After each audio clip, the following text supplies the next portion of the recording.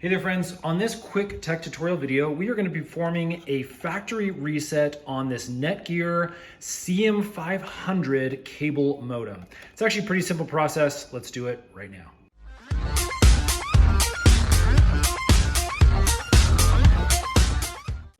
Okay, to perform the reset on these modems, basically what we need is a SIM card key, or at least this is what I use. You might be able to use something different, but you're gonna need this kind of tool. If you need these kind of things, we will put links in the description box below for some reason you wanna purchase those on Amazon. So what we're looking for on the back of the modem is the reset button. And that's gonna be down here. You can see there's the little hole right underneath the Ethernet cable. Now the good news is you don't have to have this connected to internet. Basically, we've got it plugged in down here on our outlet. And as you can see on the front, we have a couple of green lights, and then obviously that lack of internet or lack of download opportunity right there with the flashing amber light. So that's all we need is to have it plugged in and powered on.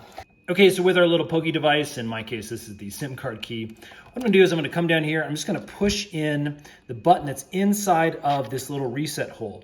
Once I push this in, I'll hear a little click. Hopefully you heard that. We're gonna push and hold for roughly 10 to 15 seconds. I'm gonna flip this over so you can see the lights, because the lights will do this. You can see them flickering. You see all the lights flicker down, and now we just have that single green light. As soon as you see that, you can take out your SIM card key, and now we are performing that full reset. These lights will blink here for just another few seconds, and then it's gonna go back into that steady green again with the amber light right here. So we'll wait for that to happen, and we'll show you what that looks like. Okay, that only took roughly 10 seconds or so, and you can see that we're back in that regular configuration.